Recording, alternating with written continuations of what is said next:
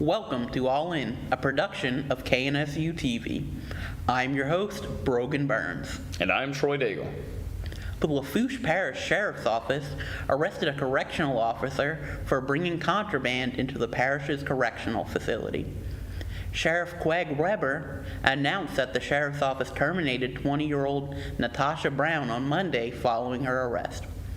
Officials launched an investigation after it had been reported that Brown supplied synthetic marijuana to an inmate. The investigation alleged that Brown took part in a transaction outside the facility before bringing the marijuana into the complex and providing it to the inmate. Brown admitted to bringing contraband into the facility after being questioned by investigators. Her bail is set at $150,000. Louisiana leaders gathered at Nicholls State to discuss major coastal protection efforts. Here's Abraham Martin with more on the story. At the Nicholls State Coastal Center, the Louisiana Coastal Protection and Restoration Authority, or CPRA, met with state officials to outline urgent coastal restoration efforts, from levee protection to marsh creation.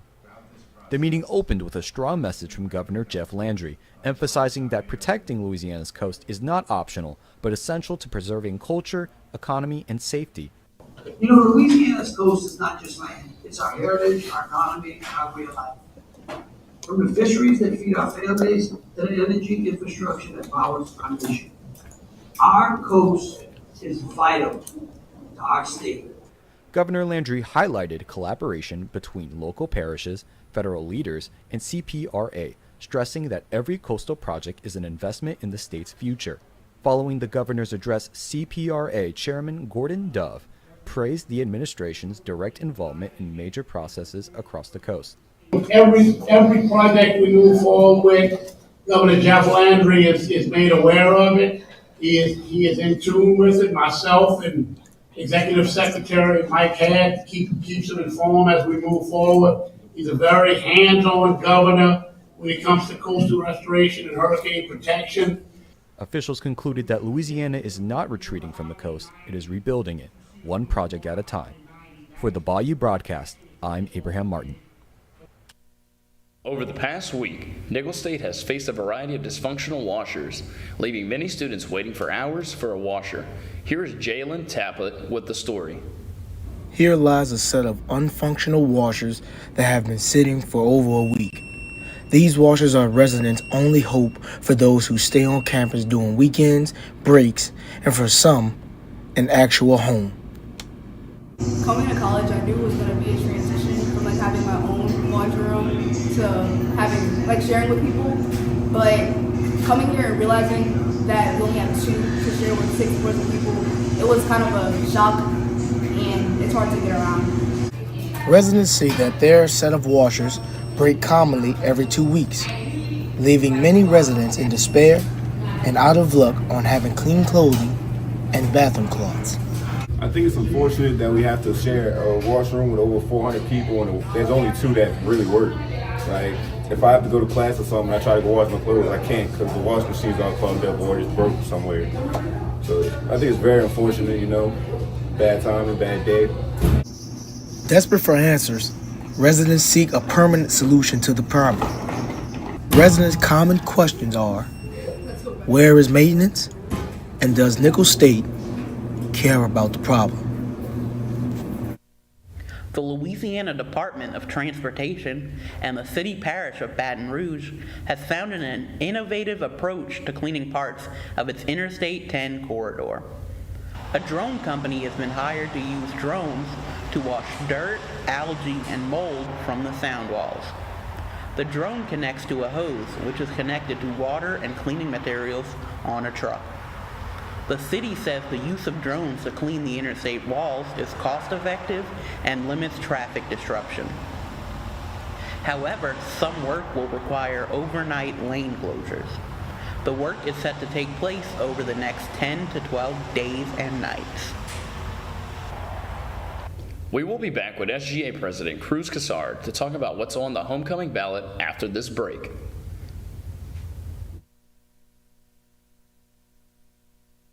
Every year, thousands of tons of litter are thrown from our cars onto the unsuspecting wildlife below.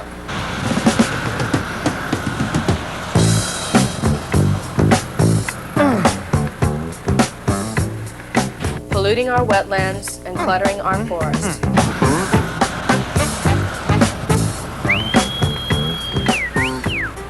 Please reconsider and don't litter. You're only killing our wildlife.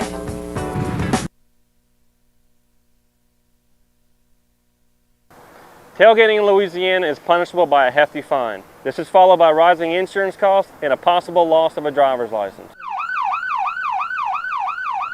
Wouldn't you rather spend your money on clothes, entertainment, food, books?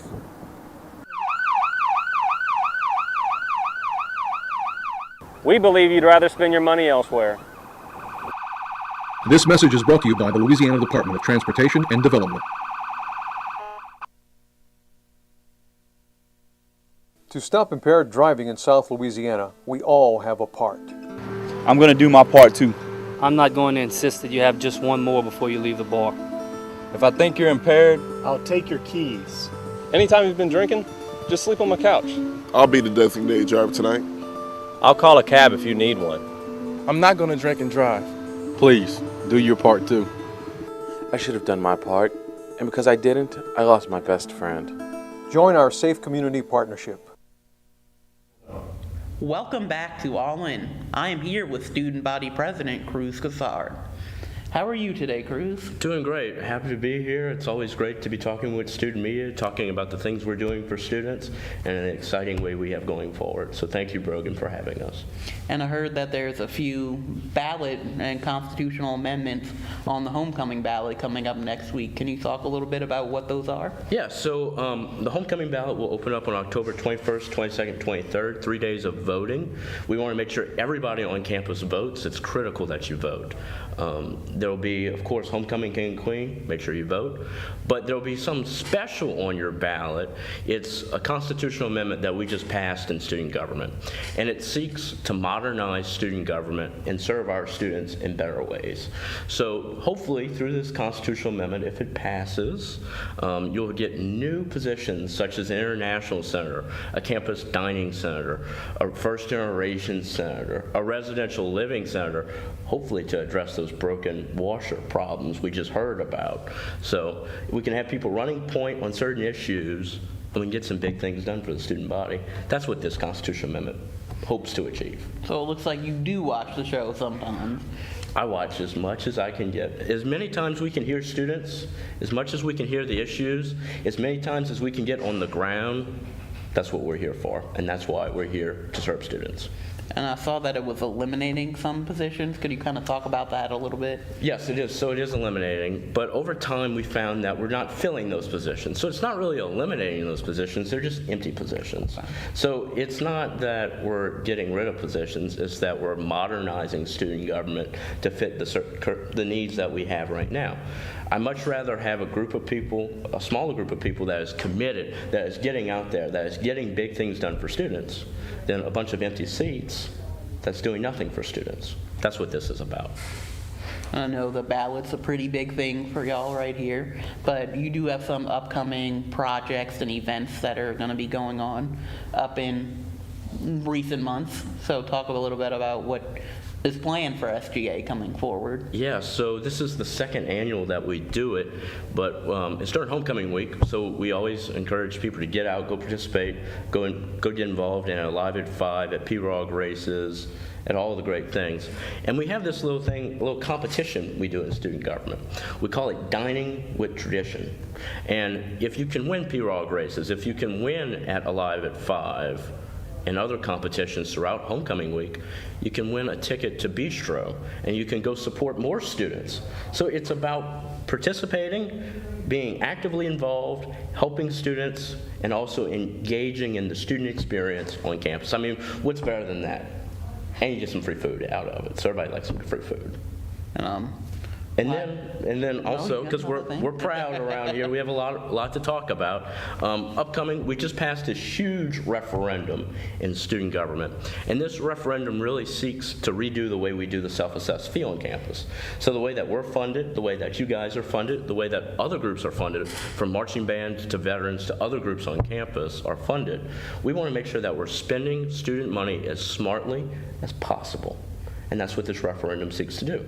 We also believe that if it does pass later on, that it'll decrease the need for more student fees in the future. So that means that with the rising costs of tuition and fees, students will potentially pay less because we won't need as many fees. So that's something we're really proud of. We're going to be educating the student body.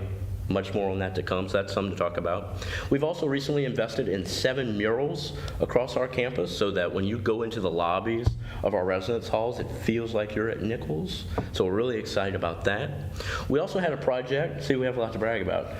We also had another project we're calling One Heartbeat Away, and it seeks to really fund AEDs on campus, the defibrillators.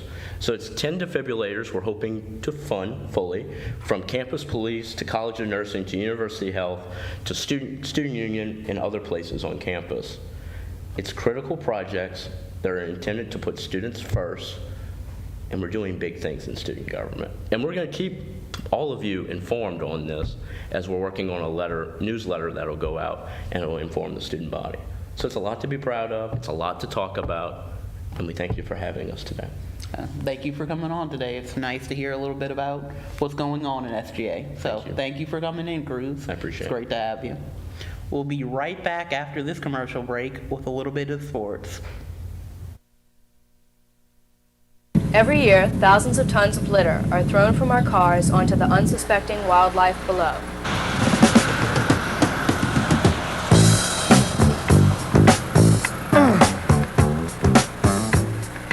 Polluting our wetlands and cluttering our forests.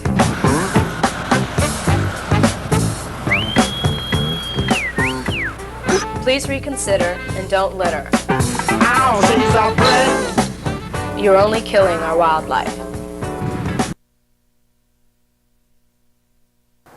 Tailgating in Louisiana is punishable by a hefty fine. This is followed by rising insurance costs and a possible loss of a driver's license. Wouldn't you rather spend your money on clothes, entertainment, food, books?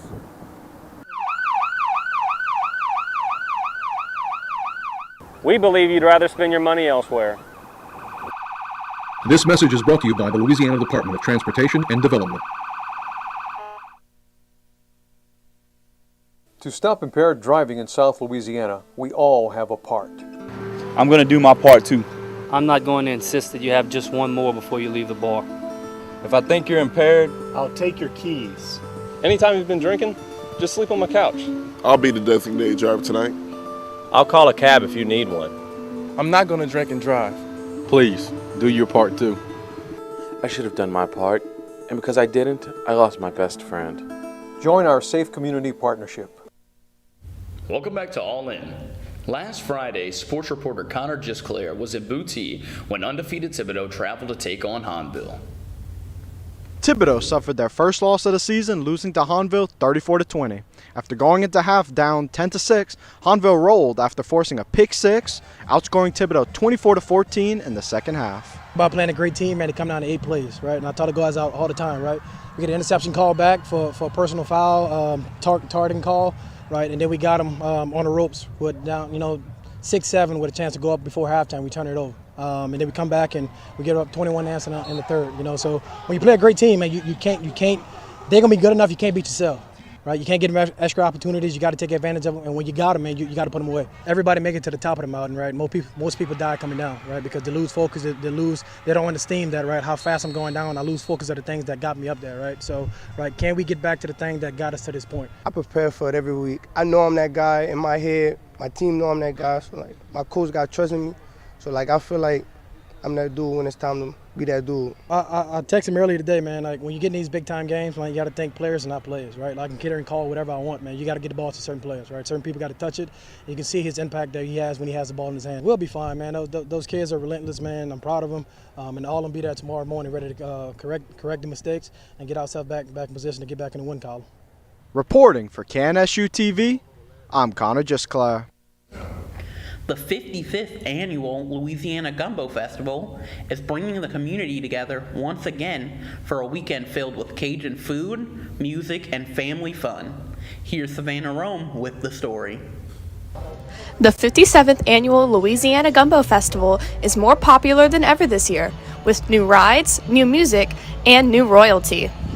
Being named Gumbo King means to me that it's finally nice to be recognized for all the hard work we do for the community and for this fire department, and to put on this festival to make it a success for our community. I was born and raised in Chack Bay, so I remember going to elementary school when the festival was behind the church. And when I became a fireman, you became a fireman, you became part of the Gumbo Festival because we worked it year in and year out. We have so many great volunteers, and to be chosen as the queen is very, special. I've called Chack Bay home for 25 years. The community and the people of the community are just amazing. 2025 Grand Marshal Evan Plaisance serves up his own gumbo to visitors, along with being featured in the parade. Plaisance is a second-generation Grand Marshal, with both his father and mother being former marshals. We started building this place in '99. That's when I joined, and I felt it a passion to want to get involved in here. There was 5 of us that built this place, 365 days out the year. We all made the comment that we're going to be buried here, so we're going to put it out. We're going to be buried underneath the stage. Just kind of, But that's where our heart lies. We had Johnny, Farron, Chris, Mike, and myself. As the second day of the festival approached, Chack Bay had an incredible lineup of musicians. Starting the day off was Freddie Rodriguez. I've been doing this a long time, 30 years. I've been playing music probably 15 to 20 times. I played at the Gumbo Festival throughout the 30 years. Been playing music pretty much all my life, and it's just the atmosphere is just second to none. So what we used to do, we used to play the Friday night and the Saturday night, 2 nights in a row with a band called Miller Point. Just got to keep it new, learning new songs, not doing the same thing every week, just keep it fresh. As the day went on, the festival lit up with not only fair rides, but the huge crowd that showed up. The night ended with first-time festival performers, the Chase Tyler Band.